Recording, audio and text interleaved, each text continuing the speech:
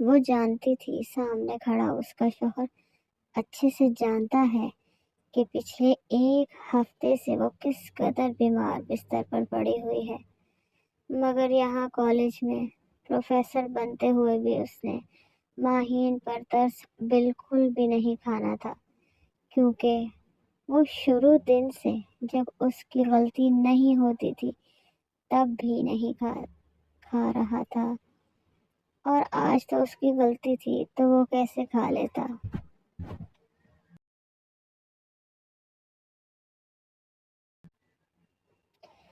تبھی وہ سر جھکائے ہوئے اپنا نام پکارے جانے کے انتظار میں تھی۔ جب اس کا نام پکارا گیا تھا تو مرے مرے قدم گھسیٹے ہوئے وہ اس کی جانب بڑھ گئی تھی۔ سر جھکاتے ہوئے وہ اپنے ہاتھوں کی انگلیاں مروڑتے گہرے سانس لے رہی تھی تاکہ اپنی حالت پر قابو پا سکے۔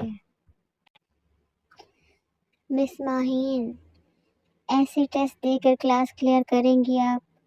سنجیدہ لہجے میں بولتے ہوئے وہ ٹیسٹ کا پیج اس کے سامنے پیش کر گیا تھا، جبکہ وہ اپنے لب بھینچ کر رہ گئی تھی۔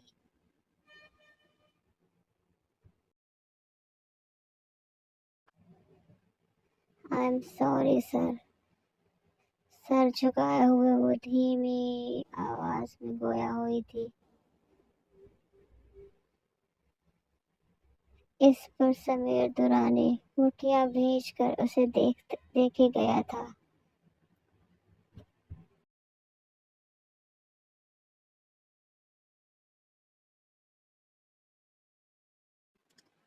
واٹ ربش! آپ کے لیے پڑھائی کوئی مذاق ہے کہ جب دل چاہا کر لی اور جب دل چاہا چھوڑ دی؟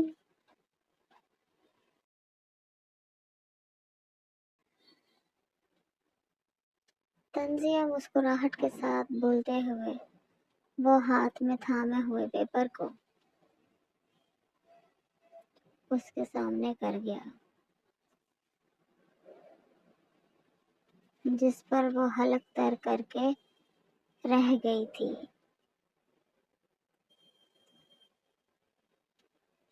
اس کے اس طرح بولنے پر بے اختیار ماہین کو اس کی سنگ دلی پر رونا آ رہا تھا۔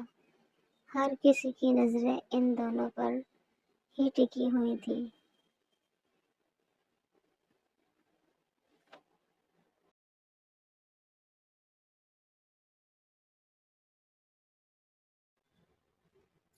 ایسے جواب لکھنے سے بہتر تھا کہ آپ نہ ٹیسٹ خالی چھوڑ دیتی۔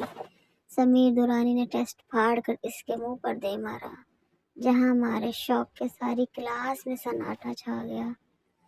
وہیں ماہین نے زخمی نگاہوں سے اپنے ٹیچر کو دیکھا، جو اس کا شوہر بھی تھا، اور وہ جانتا تھا کہ پچھلے ایک ہفتے سے اس کی طبیعت ٹھیک نہیں تھی۔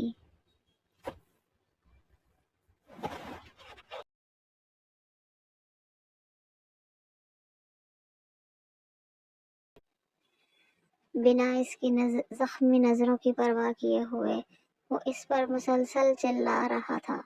ماہین جو کڑے اعصابوں والی تھی، مگر آج اسے بھی اپنے اعصاب چٹکتے ہوئے محسوس ہو رہے تھے۔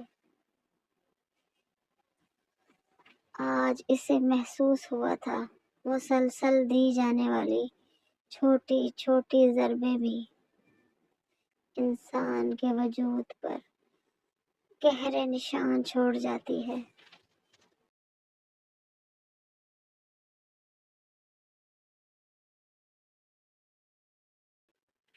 آج ماہین کا وجود بھی داغدار ہو چکا تھا، ہر پل ملنے والی اذیت سے۔ جب سے ماہین اس کی زندگی میں آئی تھی وہ اس کو یوں ہی ہر پل ذلیل کرتا، مگر اب وہ تھک چکی تھی۔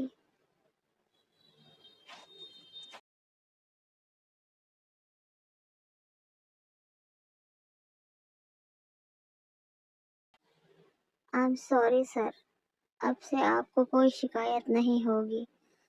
آخری زخمی نگاہ اس پر ڈالتی ہوئی وہ پیچھے پڑے اپنے بیگ کو تھامتے ہوئے کلاس سے نکلتی چلی گئی تھی۔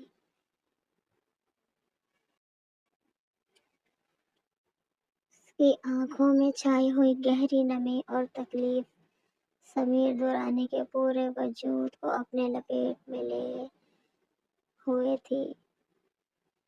وہ اس لپیٹ سے جتنا بچ نکلنے کی کوشش کرتا تھا کہ اتنی ہی شدت سے اسے جلاتے ہوئے اس کے پورے وجود کو خاکستر کر رہی تھی۔ اسے ایسا نہیں سوچنا چاہیے تھا۔ اسے اس لڑکی کے ساتھ ویسے ہی برتاؤ کرنا چاہیے تھا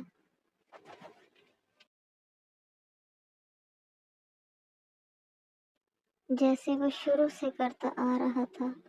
اسے ماہین کے لیے نرم نہیں ہونا چاہیے تھا، مگر دل کا کونا اس کے لیے نرم ہو چکا تھا۔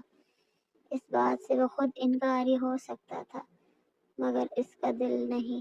تبھی اپنے بے قرار ہوتے ہوئے دل کو ڈپٹتے ہوئے وہ سمجھانے کی کوشش کر رہا تھا، مگر یہ اتنا آسان نہیں تھا۔ بوجھل دل سے آدھے دن بعد ہی وہ باقی کے دن کی چھٹی لیے ہوئے وہاں سے گھر کی جانب بڑھ گیا تھا۔ گھر میں داخل ہوتے ہی ایک گہرا سناٹا اس کا منتظر تھا۔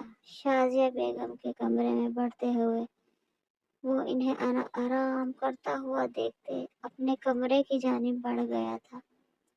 بھاری بھاری قدموں میں اپنے کمرے کی جانب اٹھاتے ہوئے وہ دھڑکتے ہوئے دل کے ساتھ بس اسے ایک بار دیکھ لینا چاہتا تھا، تاکہ اس کے بے قرار تڑپتے ہوئے دل کو کچھ سکون آ سکے۔ اس کا وجود اس کمرے میں کہیں موجود ہی نہیں تھا۔ ماتھے پر بر ڈالے ہوئے اس نے آس پاس دیکھتے اسے تلاش کرنا چاہا تھا۔ نہ جانے کیوں روح بلبلا رہی تھی، مگر وہ ہر ایک چیز کو جوتے کی نوک پر رکھے ہوئے ٹھکرا دینے پر اترا ہوا تھا۔ آگے بڑھتے ہوئے باتھ روم اور اس کے بعد پورا گھر چھان مارا تھا۔ جب ڈریسنگ ٹیبل کی جانب بڑھتے ہوئے وہ ایک چیز سفید کاغذ پر رکا تھا، بے اختیار اس کی نظریں اپنے نام پر پڑھتے ہوئے جامد ہو چکی تھی۔ جانتی ہو آپ پر زبردستی مسلط کی گئی ہوں، مگر آپ بھی مجھ پر زبردستی مسلط کیے گئے تھے۔ اس میں میری بھی خواہش نہیں تھی کہ میں آپ کی زندگی کا حصہ بنتی۔ میں نے کبھی بھی آپ جیسا ہم سفر ملنے کی خواہش نہیں کی تھی، جس میں احساس نہ ہو، جس میں جذبات نہ ہو۔ خوش ہو جائیں ماہین آپ کی زندگی سے ہمیشہ ہمیشہ کے لیے نکل کر جا رہی ہے۔ میں یہ گھر چھوڑ کر جا رہی ہوں۔ شدید نفرت کرتی ہوں میں آپ سے، اتنی کہ میں اپنا واحد آشیانہ تک چھوڑنے کا تیار ہوں، کیونکہ مزید آپ کی دی ہوئی ذلت برداشت نہیں کر سکتی۔ ایک ایک لفظ پڑھتے ہوئے سمیر دورانی کے ہاتھوں کی نسیں ابھر رہی تھیں۔ گلے پر نسوں کا جال واضح ہوتے دکھائی دے رہا تھا، جو اس کے واضح ضبط کی نشانی تھا۔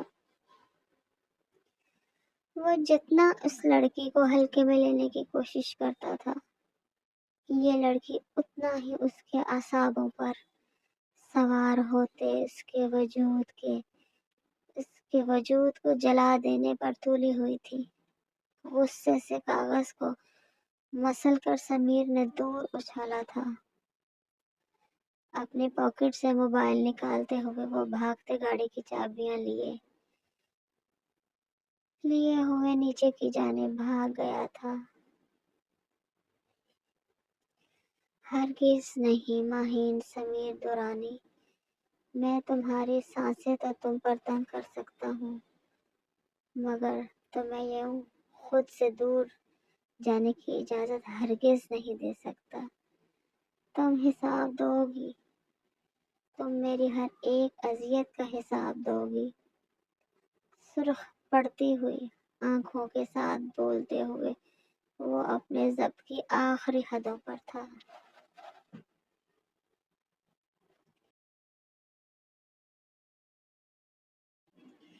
انتظار کرو، میں آ رہا ہوں، ایک ایک لفظ بڑے ضبط سے بولتے ہوئے وہ گاڑی میں بیٹھ چکا تھا۔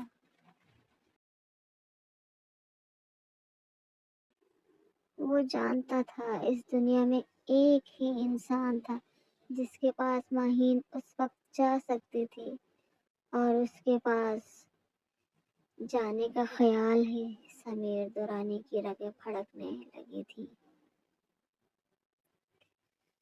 جسم میں خون ابلتا ہوا محسوس ہو رہا تھا۔ تمہارے ایک ایک کیے کا حساب دینے کا وقت ہو چکا ہے ماہین سمیر دورانی، تم دیکھتی جاؤ کہ اب میں کیا کرتا ہوں۔ اسٹیئرنگ وہیل پر اس کی پکڑ انتہائی خطرناک ہو چکی تھی۔